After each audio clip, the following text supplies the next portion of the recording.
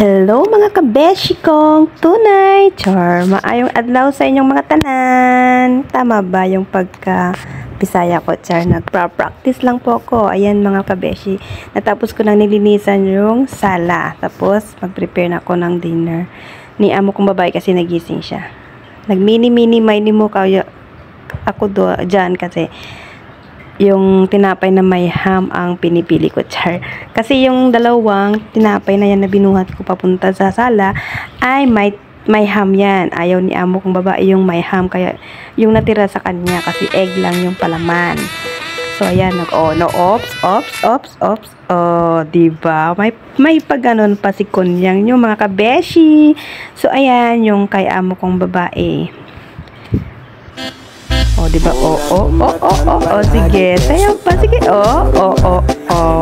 Diba? May energy yarn. Ayan, hihiwain ko lang yung bread ng amo kong babae. Tapos, ipapainit ko siya sa microwave. O, diba? Ang saya ni kabeshi nyo, mga beshi. Isa pang sayaw. Diba? Ano ba? Anong ginagawa mo dyan, kabeshi? So, ayan mga kabeshi, ayan. Nilalagay ko po yung tubig na, kasi malamig na yun, nilalagay ko sa isang, tubigan. Tapos, nagpainit ako ng tubig para ilagay ko din sa lagayan ng mainit na tubig.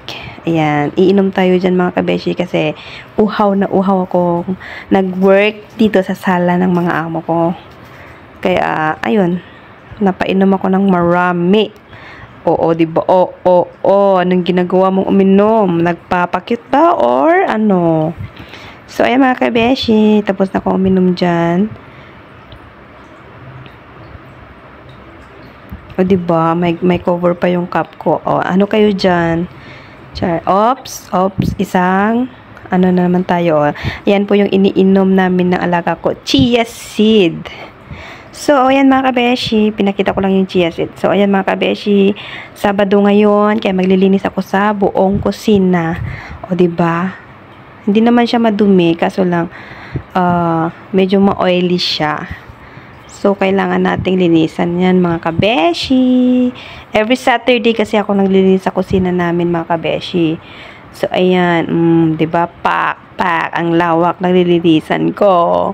Tapos, mga kabeshi, papakita ko pala sa inyo yung salas ng amo ko. Ayan, ayan yung kakainin ng amo kong lalaki, tapos yung sa binata. O, diba, sabi ko sa inyo, may ham yarn. Tapos, yan, sasabihin na naman ng amo ko, you surprise me, sabi na naman niya. Ayan, yung mga, ni aquarium, semi-aquarium ni amo ko lalaki, ang daming fish. Ayan yung nanganak na, kapapanganak pa lang. Tapos, diba? Kakaibang aquarium ng amo ko. O, diba mga kabeshi? Diba? Dalawa lang yung malalaking isda sa kanila. Pak na pak ang mga isda. Diba? Madaming anak. Ito lang yung kapapanganak kahapon. Na-transfer din ng amo ko. Tapos, ito, nung nakaraan. So, ayan. Ganyan lang yung aquarium nilang amo.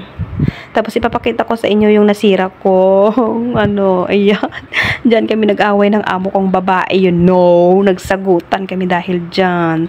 Kasalanan din naman niya kasi habang nag-work kasi ako, utos ng utos, nasagi ko siya.